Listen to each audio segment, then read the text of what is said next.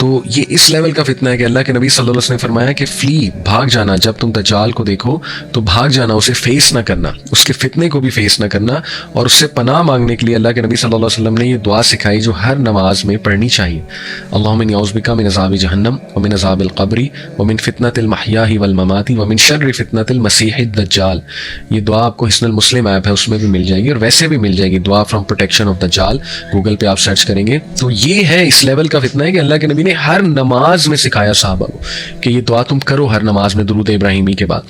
और फिर देखिए दज्जाल के दौर में बैड और abnormal will become normal and cool. वो चीज़ें जो एबनॉर्मल थी वो नॉर्मल हो जाएंगी, लोगों की रूटीन्स टोटली उल्टी हो जाएंगी, लोग इतना बेबस हो जाएंगे कि लोग को समझ ही नहीं आएगी कि ये जो पूरा एक सोसाइटी या सिविलाइजेशन या स्ट्रक्चर बन चुका है, इसमें नेचुरल वे ऑफ लाइफ के मुताबिक कैसे ज़िंदगी गुजारी जाए। और आज लोग परेशान हैं, लोग को समझ नहीं आ रही कि इस रूटीन का हिस्सा रहते हुए, इस मॉडर्न वर्ल्ड और मॉडर्निटी का हिस्सा रहते हुए किस तरह हम इस्लामिक वैल्यूज़ को लेकर चलें। ठीक है, ये है सबसे बिगर चैलेंज, और इसी को तो फितना कहते हैं कि जब इंसान को समझ ही नहीं आ रही कि मैंने करना क्या है। तो ये हमें इन चैलेंजेस के लिए हमें जो है वो तैयार रहना चाहिए, मेंटली और फिजिकली इंशाल्लाह हमें तैयार रहना चाहिए। और ज़रा हम नोट करें तो जितनी अहदीस अल्लाह के नबी सल्लल्लाहु अलैहि वसल्लम ने हमें बताई दज्जाल के हवाले से, तो उससे वाज़े ये होता है और समझ ये आती है कि नंबर 1 दज्जाल की बहुत पावरफुल आर्मी होगी और उसके साथी होंगे। ईस्ट से वो नमूदार होगा, खुरासा के इलाके से। आजकल कुछ लोग खुरासा को पाकिस्तान से रिलेट करते हैं, वो कहते हैं कि मदीना में खड़े होकर नबी वसल्लम ने 3 बार जो है उंगली ईस्ट की तरफ की, तो वो अरेबियन सी की तरफ लोग कुछ इस्तदलाल करते हैं कि वो अरेबियन सी है या सिंध का इलाका है, क्योंकि नबी सल्लल्लाहु अलैहि वसल्लम के दौर का जो खुरासा था उसमें सिंध भी शामिल था पाकिस्तान का बॉर्डर्स में, लेकिन उसमें अफगानिस्तान का इलाका भी शामिल था, ईरान का भी कुछ इलाका शामिल था। तो ये इस्तदलाल नॉट श्योर कि हम हतमी ये कह सकते हैं कि पाकिस्तान से निकलना है उसने या सिंध से निकलना है, अरेबियन सी से निकलना है। जाहिर है कुछ लोग रिलेट करते हैं कि गवादर के आगे जाके अरेबियन सी में एक बहुत पुराना मंदिर भी है काली माता का, और हो सकता है वो जगह जहाँ तमीमतदारी गए थे। वो फेमस हदीस आप लोगों ने सुनी है, एक सहाबी जो उस वक्त क्रिश्चियन थे, उनका जहाज़ 1 महीने जो समंदर था उसमें जाहिर है लहरों की वजह से दे गॉट लॉस्ट, 1 महीने तक वो लॉस्ट रहे। उसके बाद एक आइलैंड के पास जाके उनका जहाज़ लगा, और फिर वो बताते हैं कि उनकी मुलाकात हुई दज्जाल से, जस्सासा से, जो कि एक जानवर नुमा क्रिएचर था।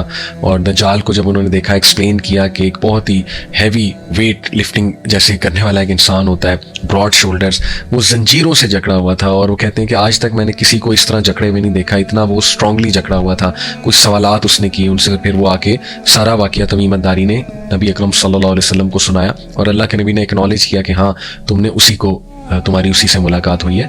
तो ये अपने तरफ वाक़यात बिल्कुल ठीक हैं। इस पर भी एक डिस्कशन स्कॉलर्स में मौजूद है कि वो आइलैंड एग्जैक्टली है कहाँ।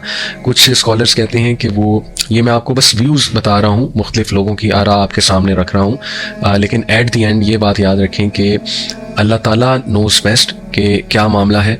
और इस इंफॉर्मेशन से ज़्यादा जो इम्पोर्टेंट इन्फॉर्मेशन है वो ये है कि उससे बचना कैसे है। इसमें इतनी खोज नहीं लगानी चाहिए कि वो एग्जैक्टली है कहाँ, क्योंकि इसका कोई फ़ायदा नहीं है, बल्कि फ़ायदा इस बात का है कि एक्चुअली उसके फितने से बचना कैसे।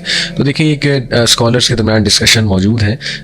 एक स्कॉलर जो है वो कहते हैं, there is a group of scholar जो कहते हैं कि दज्जाल डिफरेंट टाइम्स में फ़िज़िकल फॉर्म में आया है, आ सकता है। नबी सल्लल्लाहु अलैहि वसल्लम के दौर में एक शख्स था इब्न सयाद, और काफ़ी सहाबा का गुमान है कि वो दज्जाल था, और नबी सल्लल्लाहु अलैहि वसल्लम ने भी ना नेगेट किया ना अफर्म किया।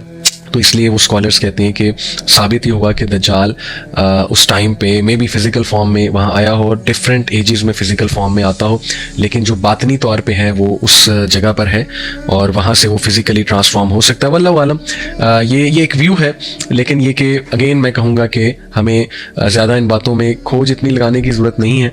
हमें जो पता है वो ये है कि उसने जब नमूदार होना है तो एक बहुत बड़ा फितना होगा, and we have to be really careful, और हमें अपनी प्रोटेक्शन जो है उसका इंतज़ाम करना चाहिए। ये है असल बात। तो बहरहाल दज्जाल जब आएगा तो हदीस से और रवायात से ये वाज़ेह तो होता है कि उसके पास एक बहुत पावरफुल आर्मी होगी, और एंटी इस्लाम प्रोपेगेंडा, बहुत ही सोफिस्टिकेटेड एंटी इस्लामिक प्रोपेगेंडा होगा उसके पास, और वो प्रोपेगेंडा मीडिया का प्रोपेगेंडा है, इंतहाई एक्सट्रीमली सोफिस्टिकेटेड। तो आज के दौर में आप देखेंगे कितने सोफिस्टिकेटेड सिस्टम है, algorithms, data analysis, data usage, उसके बाद हैकिंग, उसके बाद जो है वो जाहिर है आईटी की एक दुनिया, अटेंशन इंजीनियर्स। फिर आप देखें कि जैसे कंपनीज जो हैं वो किस सोफिस्टिकेटेड अंदाज में compete कर रही हैं आपस में, और किस तरह से लोग इन्फ्लुएंस भी होते हैं इन सारी चीज़ों से ऑब्वियसली। इससे पहले हम सूरत का आगाज़ करें, मैं इसके कुछ वर्चूज़ और इसके कुछ फ़ज़ाइल आपके सामने रखता हूँ। कुछ हदीस हैं। सबसे पहले ये अल-दारिमी की हदीस है और सही हदीस है, सही अल-जामे में भी मेंशन्ड है। अबू सईद अल-खुदरी रज़ियल्लाहु अन्हु कहते हैं कि whoever reads सूरह कहफ on the night of Jummah, he will have a light that will stretch between him and the ancient Kaaba। और जाहिर है कि मरफू हदीस है। इसी तरह एक और हदीस है अल-हाकिम की, अल-बहीकी की, whoever reads सूरह कहफ on the day of Jummah will have a light that will shine from him from one Friday to the next। ये भी बिल्कुल सही हदीस है। और तीसरी इब्न उमर रज़ियल्लाहु अन्हु से मरवी है कि अल्लाह के नबी सल्लल्लाहु अलैहि वसल्लम ने फरमाया, जो कोई भी सूरह कहफ जुमे के दिन पढ़ेगा, a light will shine for him from beneath his feet to the clouds of the sky। वो रोशनी की मानिंद उसके लिए चमकेगी, और बल्कि एक रोशनी उसके लिए चमकेगी जो कि उसके फीट से लेके क्लाउड्स ऑफ स्काई तक जाएगी, और जो क़यामत वाले दिन भी उसके लिए शाइन करेगी, which will shine for him on the day of resurrection and he will be forgiven his sins between the two Fridays। सुभान अल्लाह। जो माइनर सिंस उसने किए हुए हैं एक फ्राइडे से दूसरे फ्राइडे तक, वो अल्लाह सुब्हान तआला माफ़ कर देंगे। तो ये भी सही हदीस है। और इसके अलावा इसकी इंपॉर्टेंस अबू दरदा रज़ियल्लाहु अन्हु से मरवी है, सही मुस्लिम की हदीस है कि अल्लाह के नबी सल्लल्लाहु अलैहि वसल्लम ने फरमाया, whoever memorizes 10 verses from the beginning of सूरह कहफ will be immune to the false messiah। और एक और रवायत में लास्ट 10 वर्सेस का भी जिक्र आता है। इसका मतलब यह है कि खसूसन पहली 10 आयात और लास्ट 10 आयात को समझना और मेमोराइज करना ये बहुत ज़रूरी है फितना दज्जाल को समझने के लिए, क्योंकि इसमें कुछ ऐसे लेसन्स हैं जो इंशाल्लाह हम डिस्कस करेंगे, जो इंसान को स्ट्रेंथ देंगे उस फितने को जानने में भी, पहचानने में, आइडेंटिफाई करने में, क्योंकि हर एक तो आइडेंटिफाई फितना दज्जाल को या दज्जाल को कर भी नहीं पाएगा। और इसको मेमोराइज करना और इसको रिसाइट करना ड्यूरिंग दैट टाइम इन आयात को। और इनफैक्ट दज्जाल अल्लाह न करे को फेस करे, लेकिन दज्जाल सामने आ जाए तो फिर उसके सामने भी रिसाइट करने का बाय हार्ट जिसको याद होगी, इसका जो है वो बड़ा फ़ायदा है।